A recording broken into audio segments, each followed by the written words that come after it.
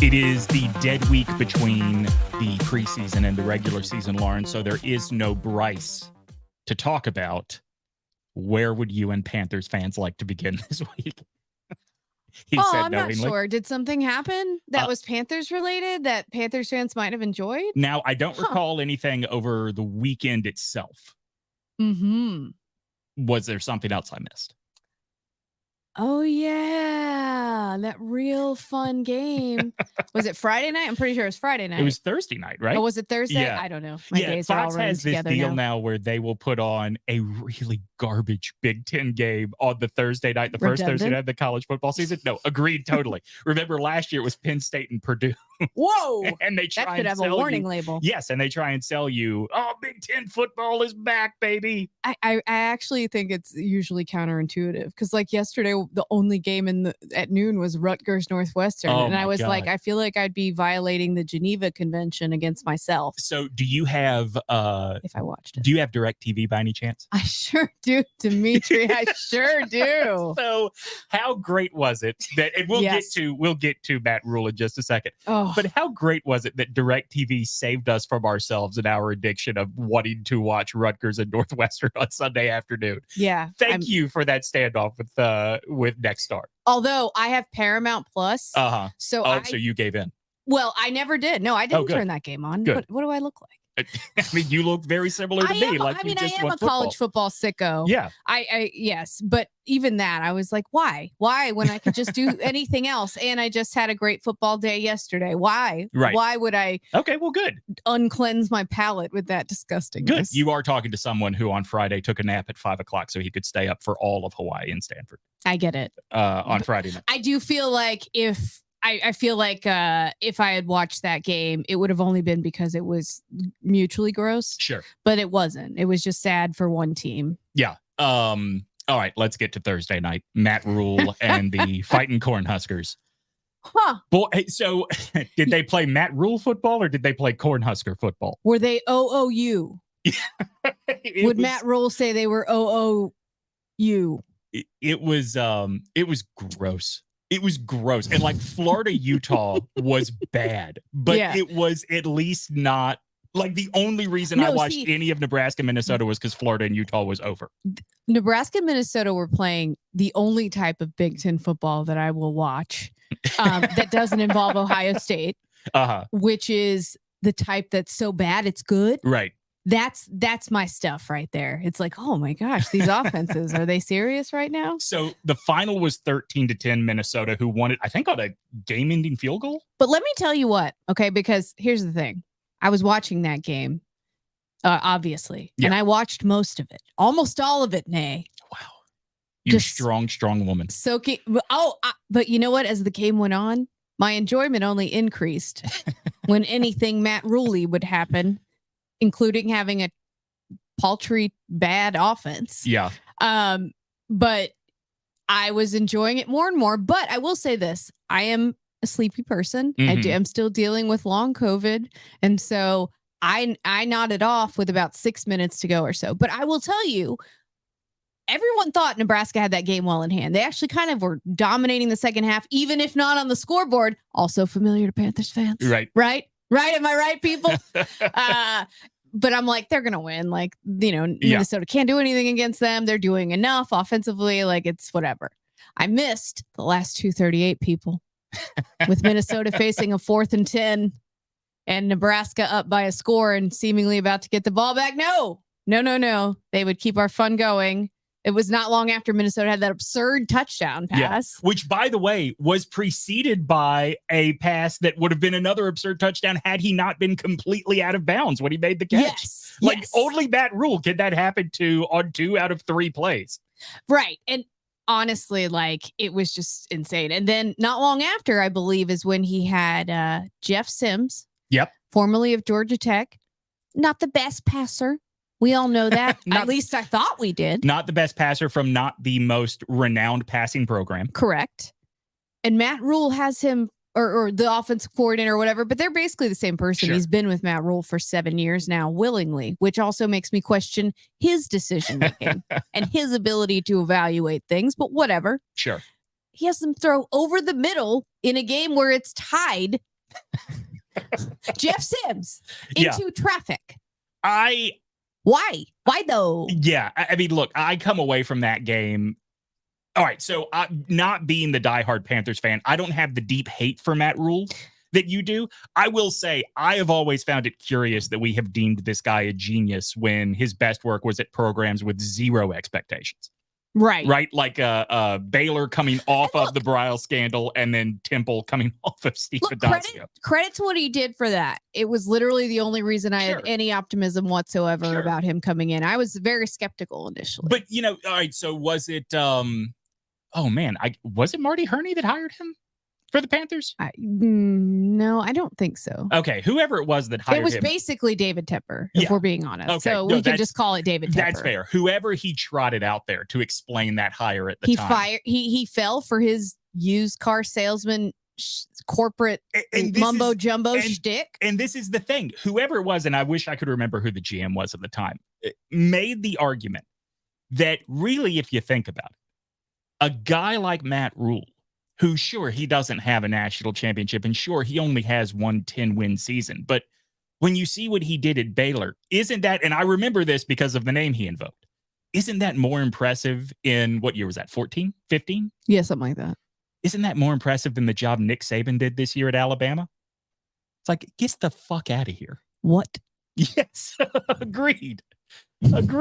I apologize for the salty language, but it cut me to my core. Does sound like something Marty Herney might have said. Right. However, I'm just not 100% on that. I don't know if Fitterer was in by then. Yeah, I mean the second coming of Herney was so like there and gone. All right. Very much so. For me, here was my issue. Yeah. So yes, you can point to that success and that's fair. I will hear that. I think he is decent around the defense as well. Like nothing, no knock on that. The Panthers defense more often than not was okay or pretty solid. I mean, it was horrible at times, but that wasn't always his fault. However, offense is like, he treats it like as if it's like a strange substance he's never seen before. And he doesn't know how to handle it. And so I'm glad you bring that up because next week, and we were just in here with Joe Ovius before he walked out. Okay, you both say that you cannot wait to see that game because it could be a bloodbath. It could. I mean, I've been around college football long enough now to know that week one, it's not the harbinger of everything that we think it is at the time. Let me make my point on this clear because Colorado was impressive. They were. If you are arguing you expected them to do that, I don't believe you. Yeah, right? No, 100% not. On offense, there's no way we could have thought that would happen. That game, when Nebraska has the ball, is going to be a mess because Colorado cannot stop anybody. And I'm not positive Nebraska knows that the goal is to get to the end zone. Well, see, that's my thing. And that's what makes it so compelling to me is like we saw that Colorado's not very good on defense. Yeah. So in theory, Matt Rhule's offense should find more success. But it's there. Like, that's the thing. When he is around offense, he doesn't know what, they consistently don't score enough points. Yeah. That happened with the Panthers. That happens with Nebraska. He doesn't seem to have, or his offensive coordinator, whatever. It's still his responsibility. Doesn't seem to have a feel for what needs to happen at which points in the game. He's bad with clock management down the stretch, especially. And all of those things showed back up again. Yeah. And it was like, and he was 6-17. 6-17 as the Panthers head coach in close games. You are Nebraska. You are cursed. You should be performing an exorcism in your stadium already. And you bring in a dude who was demonstrably clownish down the stretch in close games, was very bad for his football team down the stretch in close games. And you thought, what? Well, that was the NFL. Okay. Why? So here's another thing that struck me as like, this is just who Matt Rhule is. Yes. And you hit on it earlier. We're in the transfer portal era of quarterbacks. Like, I think good quarterbacks will listen if a power program is talking to them, no matter what the power program is. And Jeff Sims going after Jeff Sims is like old-fashioned thinking, in my opinion. And I don't totally dislike Jeff Sims. I think at a smaller program, he could have some success, or like at a program where they're better able to use his skills. But this doesn't seem to be that program. Look, I don't think it is. If you're going to have him throw passes like that late in a game, then you don't understand who you have. Exactly. So I was going to say, I don't think this is an insult to Jeff Sims. I think this is more of an insult to really just the way he has been handled by his coaches. Like, it is not an insult to say this is just not a Power 5 quarterback. And that's the thing. That's who I'm blaming in this scenario, because you don't have your quarterback throw a pass like that in that situation. Only thing that can happen that is likeliest to happen is bad. The only outcomes are the likeliest are all bad. Look, I'm not taking any blame away from Matt Rhule, because I want you all that are diehard Panthers fans to get to live in the absurdity and the embarrassment of that game. I'm not embarrassed by the Schadenfreude I felt. Yeah, no, you shouldn't be. Straight into my veins, people. I don't care. And that's what I'm saying. I don't want to take that away from you, but I'm not positive that was all on Matt Rhule. I'm just not. Like, that's a program that since Tom Osborne retired, and again, I would say this about Florida State, since the one dude that proved he could be competent there is gone, maybe you were just a one dude program. Maybe you're not a classic program. Maybe you just had one great dude. Yeah, for sure. I mean, I don't know. To me, it's like Iowa football deciding, you know what, we need to go in a whole new direction offensively, and then hiring like Brian Steinspring. Right. It's like, why? Like, if you as a college football fan would go, hey, good idea. Yeah. Okay, maybe. But most of us would go, why? Yeah. It's like, and that's how I felt about Nebraska hiring Matt Rhule. Yes, you're right. They do seem to be like, yes, maybe they were just the one guy, but they do seem to be a bit cursed, because statistically what they've done is very difficult to do. It's to lose as many close games as they have. No, that's fair. And listen, when Auburn was looking for a coach, don't think there wasn't a part of me that thought, oh, Matt Rhule would be really good. But imagine like you have the worst luck in the universe. Like really good for Alabama fans at Auburn. You have the worst luck in the universe, and you're just like, how do I find luck again? And you're like, you know what? I'll buy a black cat. Let me smash up these mirrors. That'll turn my life around. Nebraska, that's what you did. Why are you doing this? Why do you think those games didn't count? They do count, and he has bad habits. Bad coaching habits. Do you feel better now with it all out? A little. Like, do we want to turn our attention to Bryce? Okay. So he wasn't on the field this week, but he did show up all over our television. I texted you because I saw him in a Heisman House commercial. Yeah. And he was in, I guess, both of the new Heisman House commercials, but only one is like only one he was involved in the storyline. Right. Like it was one where it was like, well, we're filming both of these this day. Would you mind walking through the shot in this second one? Right. So you got to have him in the background. Absolutely. So we have other older Heisman winners mocking him as he is doing yard work. Which I get is like an initiation ritual. Sure. But I didn't need to see my quarterback, my no offense, my smaller quarterback. Agreed. Pulling bags of mulch out of a truck. So didn't need to see that. Here's a question for you. I just thought about this as you said that, like framing it in the idea of it's a initiation ritual. Or like making the freshmen do all the work. I understand. So CalebWilliams was in the commercials this year. Now that there's NIL, the actual reigning Heisman winner, if he's still in school, can be in the commercial. Why didn't he do it? I wonder if there are certain limitations. I wonder if CalebWilliams has a smart enough team to go, oh no, you're not going to frame him as being bossed around by everybody. Yeah, I don't know. But either way, Bryce, you know what?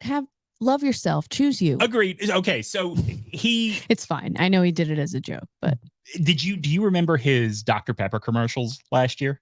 Not really, for some reason, but if you tell me, I might. So it is it's the family with the dad that hates his son because his son likes lacrosse. You're familiar with the flavor. What is it? Not Flavortown. With the yes, Fansville universe. Fansville, of course, and some pop-off fanfic universes. Yes, that's right. Okay, so the father that hates his son because he likes lacrosse, and I believe goes to Coastal U. They adopt BryceYoung as their new son. Mm-hmm. And the original son comes back, and they're talking about how much they love Bryce, and they've given Bryce his room, and everybody's laughing, and the son has this horrible look on his face, and they just cut to a very tight close-up of Bryce, and he looks evil and says, they're my family now, CJ. It's like Bryce has some acting chops to him. Yeah, because to look evil, he looks like sweetly evil, right? I think, which is almost worse because you're like, oh no. Yeah. I mean, again, look, you said it earlier, your smallish quarterback, my sweet tiny prince, as I like to call him, like he's got some deviousness up in him. Are the Bojangles commercials out yet? I feel like I've seen one, but I'm not positive because I can't find it online. I feel like I haven't seen it yet either. No. That will be one of those things. Look, I understand that every North Carolina athlete of We'll have to do a Jake Delhomme comparison as soon as they are, though. Okay, so not only, I'm glad you brought up Jake Delhomme because he is the first one I remember doing this. Like, I know they're all going to be required to, I don't know, catch a white burglar in a CPI commercial at some point. Like, please, Bryce, please don't do CPI or North Carolina lottery commercials. You are better than that. I mean, yeah, probably, but I could see him doing it. Oh, he's going to, right? Yeah. Like he's not Cam in that Cam, I think, right out of the gate. No, Cam chose. He was like, I'm choosing what I'm doing. Cam seemed to know his brand value in a way that even other stars on his team. Some people, I feel like, go for quantity. Right. As opposed to quality, at least for them. Christian McCaffrey. Yeah. Yeah.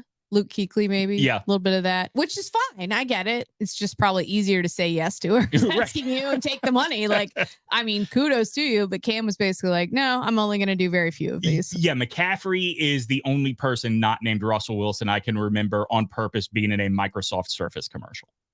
Yeah. That's a good point. I didn't even think about that. Come on, guy. I get that they are an official partner of the NFL. To be fair, Christian has a commercial face.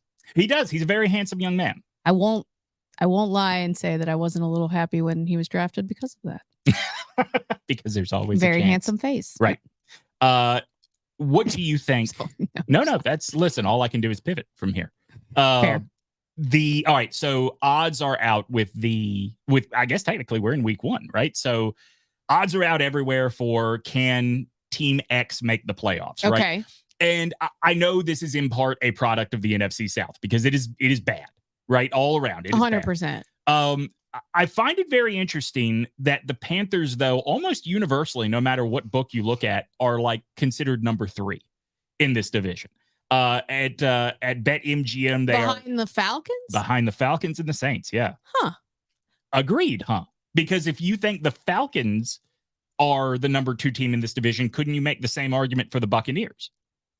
And I wouldn't make that. I wouldn't even begin to make that argument for the Buccaneers. That's how I think absurd the Falcons pick is what I'm saying.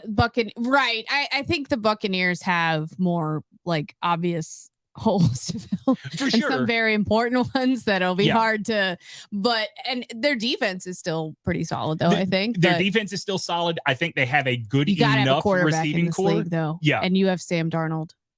No, we have Baker Mayfield. Oh, excuse me. and I'm sorry. Someone has Sam Darnold willingly, and I don't get it. He's the backup in San Francisco now, right? Isn't that why? Yeah, he's the backup. That's why they traded Trey Lance. I mean, because Sam Darnold outplayed Trey Lance in training camp. Sure, I guess so. Yeah, no one believes that. It's going to be really hard to get the Wii stuff out of my system with the Buccaneers. I know. I am trying to get off that. Oh, I was going to say, are you abandoning them now? Now that Tom Brady's gone? No. I actually, even before Tom Brady showed up, was on the road to abandoning them, and then it became like, this isn't a waste of my time to watch this team anymore. Yeah. No, I get it. I've had those moments with the Panthers as well, and I think Falcons fans have a lot too. I think we all have that in common in the NFC South. Really, all of the teams have their fans have had moments where they go, literally, why am I doing this to myself? Yeah. I know Falcons fans that have stepped away. Yeah. Because they can't do this to themselves intentionally anymore. They are the one team that when they bring up when I bring up woe is me and whatever, and if a Falcons fan comes up and goes, hi, I go, yeah, you're right. No, you got me. I'm sorry. Look, the NFC South is built on markets where I think we are mostly, at least we all grew up on college sports. So even, my Buccaneers connection dwindled as more and more Bama players started making it regularly into starting positions in the NFL. And so it's going to be very easy when those teams play this year for me to root for the Panthers over the Buccaneers. It's just for years I have said we. And so that is hard to get out of my system. But plus 170 odds for the Panthers to make the playoffs, according to BetMGM. For people that don't know, that means you would win $1.70 if you bet $1 on this team. I don't know. I think that's a big way of Vegas saying I have no idea. Yeah, it does feel like there's a whole lot of I have no idea in this division. I also wonder why we hang on to the Saints as a favorite in this division. Like, I think clearly they seem the most complete, but they're not complete. Yeah, I think that's just you have to try to trust somebody, and they seem like the likeliest to trust. Yeah. Which is wild considering where that franchise was like 30 years ago, but whatever. It's fine. Like, good for them. Yeah. No, listen, you're talking to someone that grew up on the Gulf Coast, going to games regularly with people with bags on their heads. I can't lie. It's not. It may be good for them, but I don't enjoy it. No, so I can't stand it. I'm being disingenuous when I say good for them. The only time it was okay to feel good for the Saints was that first game after Hurricane Katrina. After that, their fan base are just garbage people. I just don't, whatever. I don't care for a lot of things about the franchise, but a lot of it's new too. So, maybe I can learn to hate them in a whole new way. And I'm looking forward to that. How wide open, before you even saw anybody take a snap, just looking at rosters, how wide open did you believe the division was? Oh, completely. Okay. So did that change at all coming out of the preseason? Does your feelings about the Panthers' ability to compete change at all? In that division? Absolutely not. Yeah. No, I mean, they did most of their wins last year came in that division. Okay. That's right. Like literally more, like what was it? More than half, I think. It was, I can't remember like what the number was, but I do remember that if they both finished 8 and 9, they would have had the tiebreaker over the Buccaneers for that reason. If they both finished 8 and 9. I was so annoyed by that. I'm like, no, don't get to the playoffs. You're going to cost yourself more draft picks. Stop it. Do you know, in December, I filled in for Gilio a couple times on the radio, and I was making this point to Joe, and he was like, no, that's ridiculous. You want to make the playoffs. I was like, no. Do you? Not with that coach, you don't. Right. I am so I thank God every day that they didn't make the playoffs because I might still be dealing with him. SteveWilkes, you mean? Oh, well, no, not. I forgot about Matt Rhule got fired before that. I don't know why. I was rolling. Forget it. No, I would have loved for them to have kept. Fix it in that post. was the only benefit to me of the actual run would have been that if they would have given SteveWilkes the job. But I was convinced that no matter what SteveWilkes did, they were never going to give him that job. So that's why it didn't matter as much to me. But I did enjoy watching them win games for the first time in a long time. Yeah. See, from the outside looking in, not being a Panthers fan, I was watching all of you online that really wanted SteveWilkes and thinking, we like him very much. I still get it, but he's not a good coach. He's fine on the defensive side. He's been great for absolutely. Us. No, I hear you. I mean, in that moment, though, can you see what an upgrade it looked like? Yes, 100%. 100%. But I just felt we were coming from way down. I just kind of felt like, what is your goal long term? Is it double-digit wins or is it 500 and maybe you have the tiebreaker for the playoffs? Because that seemed like the ceiling with SteveWilkes. I think some people maybe even thought, like, let's give Wilkes a shot for a year or two and see what happens, and then let's move on to whoever the next guy is. Because you know how much he appreciated Arizona doing that too. Well, that's the thing too. Like, it wouldn't have been a real opportunity for him. And so at the end of the day, that's why I'm glad they let him move on or whatever, because if he'd stuck, or I thought he was going to stick around here again, and I was like, bless you. Yeah. But he's been. That's like, who's the guy? So speaking of Matt Rhule, who's the guy on the Nebraska staff that did that through multiple coaches? He was the interim last year.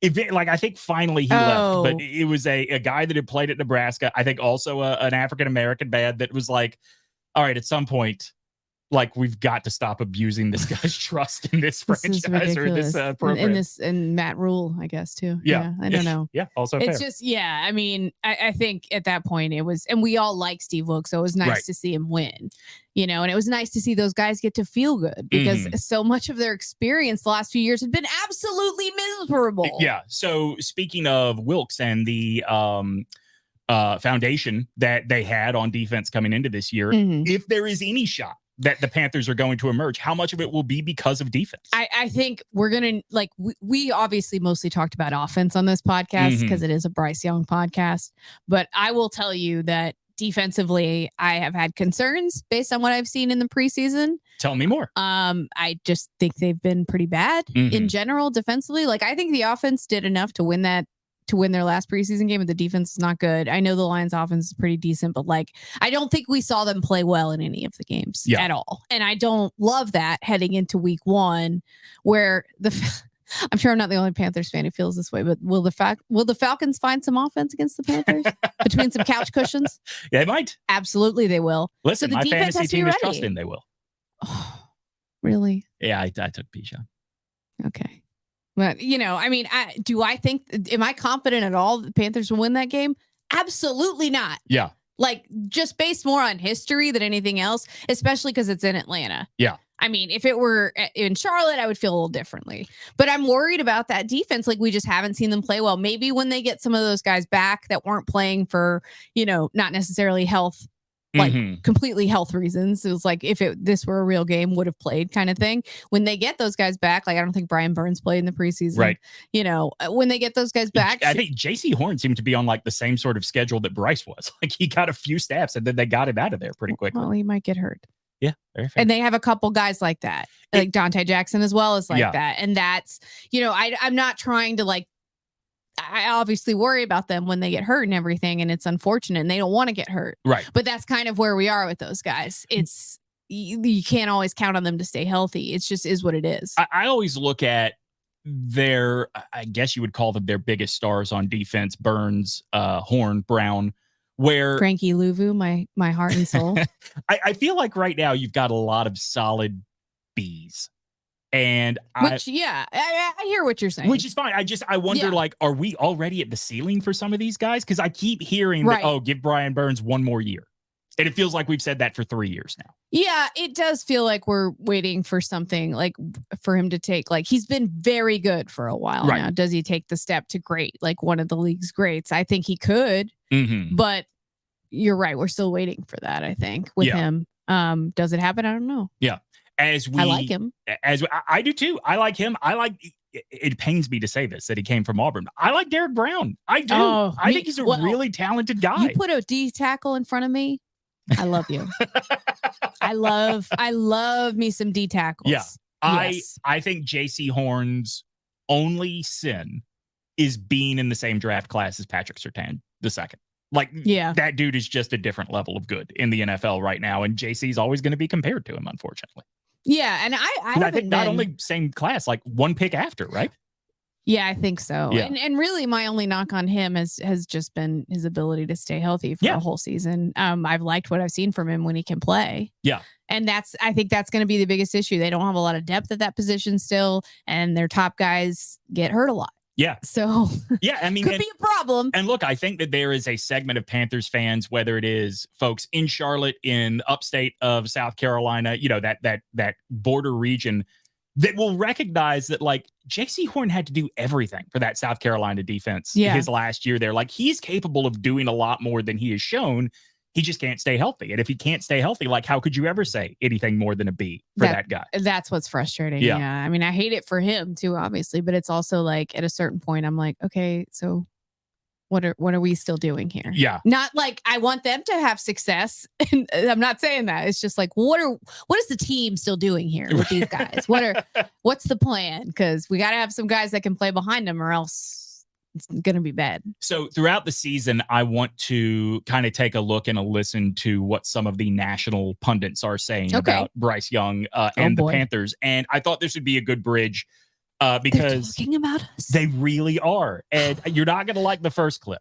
This is from Nick Wright on FS1. I like Nick. First Things First. I do too, but he does not seem to like the Panthers, and it has nothing to do with BryceYoung. I don't always like them either. It's fine. He said that whether or not BryceYoung is good or not will not matter. He is going to get killed behind a non-existent offensive line, and when he doesn't get killed, he's going to be throwing the non-existent weapons. That might be the worst offense in the league next year. It's going to be a tough opening for BryceYoung. I mean, I don't think that's an unreasonable conclusion to draw based upon. I don't think they're as bad as he says. Okay, on the offensive line. I was going to ask how much of this is hyperbole, because I don't think they're the worst offense in the league. There's definitely not a lot to get excited about. Right. I mean, as you know, like not to the degree he said, but like, are those going to be the biggest issues for that offense? And could they really struggle as a result of that? Yes. Like the playmakers and the offensive line, like, could those be a problem? Yes. But I don't think it's as dire as he made it out to be. I wonder, because trust me, I've seen dire-er. Yeah, I mean, look, I think if you're an NFL fan, you have seen dire-er. Was it last week or the week before on this podcast? We talked about the David Carr debacle in Houston, and I want to sort of loop back on that just because, like, look, Carr got derailed by the same issues. That was an expansion team that did not have playmakers. Mm-hmm. They did not have the offensive line, but that offensive line was like a literal joke. No, for sure. I mean, listen, they took Tony Baselli with their first pick of the expansion draft, who now is a Hall of Famer, but Jacksonville was not going to bring him back. Like, clearly he was past usable at that point when they brought him in. So what is it about BryceYoung that even I got this impression from Nick's clip, like, even if he suffers those issues this year, it's not going to derail him the way it did David Carr. Is it just because we have seen him never really be plussed by anything? Right. I mean, to see an Alabama team, struggle with protecting a passer is certainly new to most of us. Yeah. No, I agree. So, to see him kind of not really bat an eye through all of that and find a way to make plays and find a way to stay positive. Like, yeah, you do think that. But in the back of my mind, I know that David Carr thing is real. Like that I have seen it happen to quarterbacks. I think you could argue Sam Darnold was dealing with some of the fallout of that as well. Agreed. And that's partly why he makes terrible decisions sometimes. It's just you no longer can trust that you're safe on a football field, and that's like a big deal. Yeah. It's not nothing. And like it takes a while psychologically to get into a better space. I think if you're a quarterback that went through that. I think the one thing that you don't have to worry about with Bryce, and like David Carr is the comparison that we're making here, but I think you saw this a little bit in like Jimmy Clausen, where they brought in a guy who was clearly better, right? And Clausen just suddenly believed he couldn't be the starter. He couldn't play the position. No, anymore. Yeah. Like, he played like that. I don't think Bryce has that kind of confidence issue, but certainly we've seen all sorts of strange things derail Panthers quarterbacks before. Yes, we have. So don't mess up. I mean, really, it's been a variety of things. Yeah, it's true. It has been. And this franchise, it's not like they don't have a history of playing quarterbacks through injuries that they shouldn't be playing through. Right. It's not the same people making those decisions, but at the same time, like that does come up in my mind. And I hope that they don't do that. And I hope that they're genuinely careful with him and treat him like the valuable commodity that he is. All right. Do you want to hear somebody that will pump you up and make you feel very good about Bryce Young? Usually just as skeptical of those people, but let's do it. All right. So this is Dan Orlovsky. I was on a grander media conference call. And David Newton, our friend from ESPN that covers the Panthers, asked him what it is that he thought about Bryce. What is it he has seen in the preseason that makes him feel like Bryce will succeed? Because we, talked about this last week. Orlovsky's very high on Bryce Young. Yeah. Here's what Dan Orlovsky had to say. It's a little bit long, so bear with me. I think two things, and you really saw it throughout the preseason. One, his skill to throw the ball to guys that are covered, and throw them open with that anticipation, but then also he has anticipation and accuracy. You guys have probably heard me say that.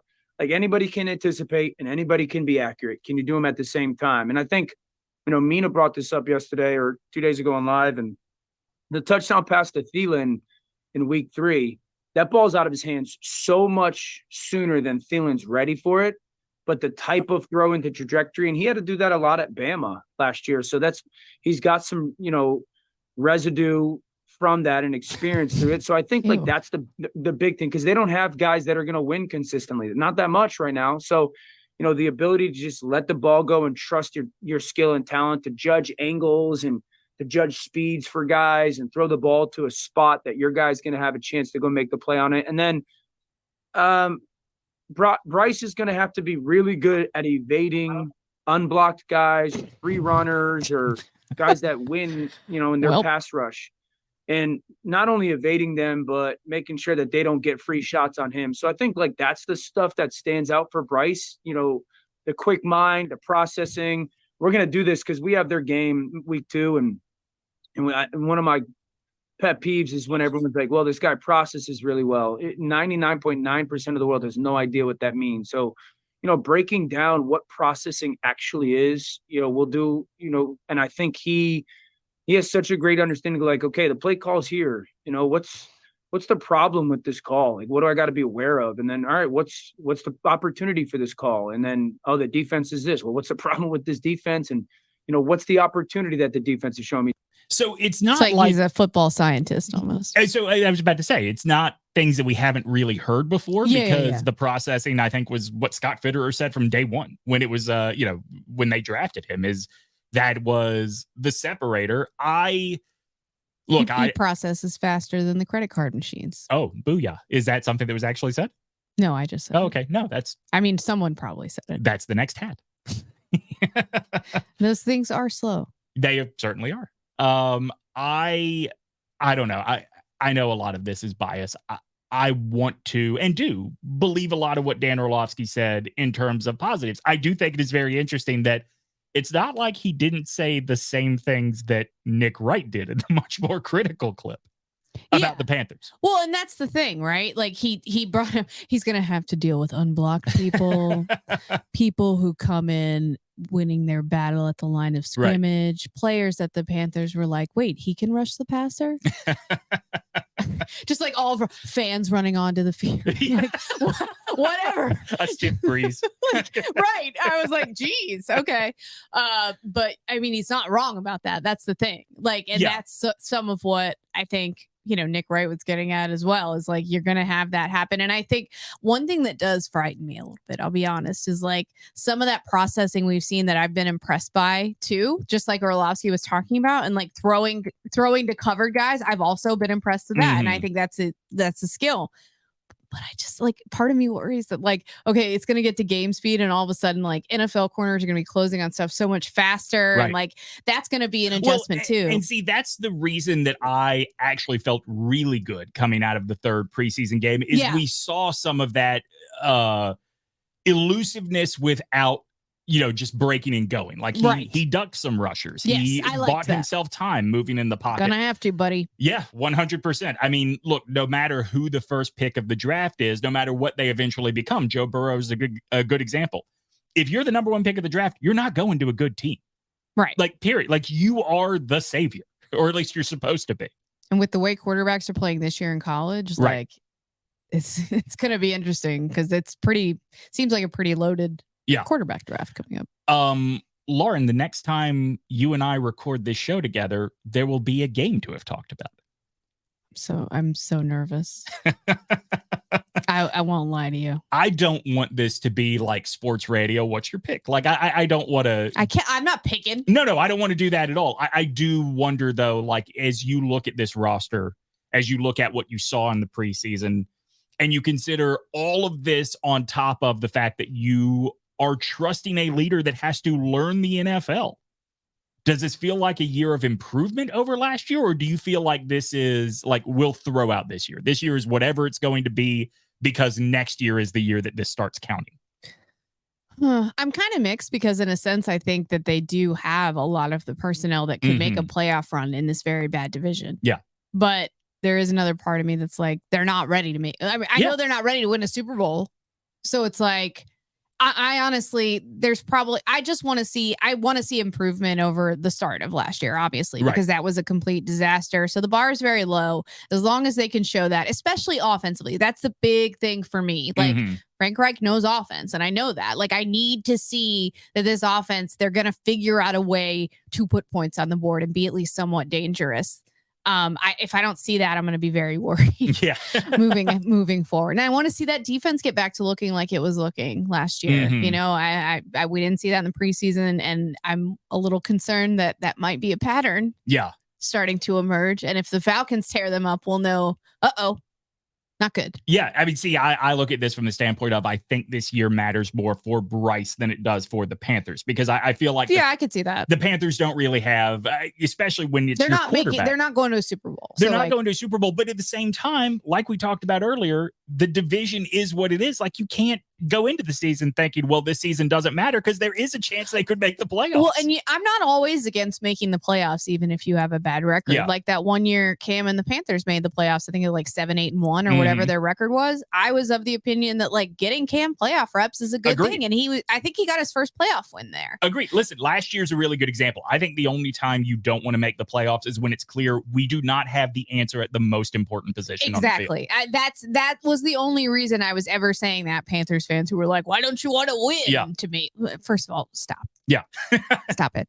No, I mean, listen, it becomes, and Panthers fans have dealt with this, like, it becomes exhausting to just root for the higher draft pick. Like, of course you want the team to make the playoffs. I don't want to feel this way. No, but at the same time, like, I've seen it happen. I've seen them win the last game of the year with Ron Rivera and cost themselves 13 draft spots with one win. 13. Yeah. What was that? That was 18, right? Or 19. That was 19. 19. Yeah. Not okay. All right.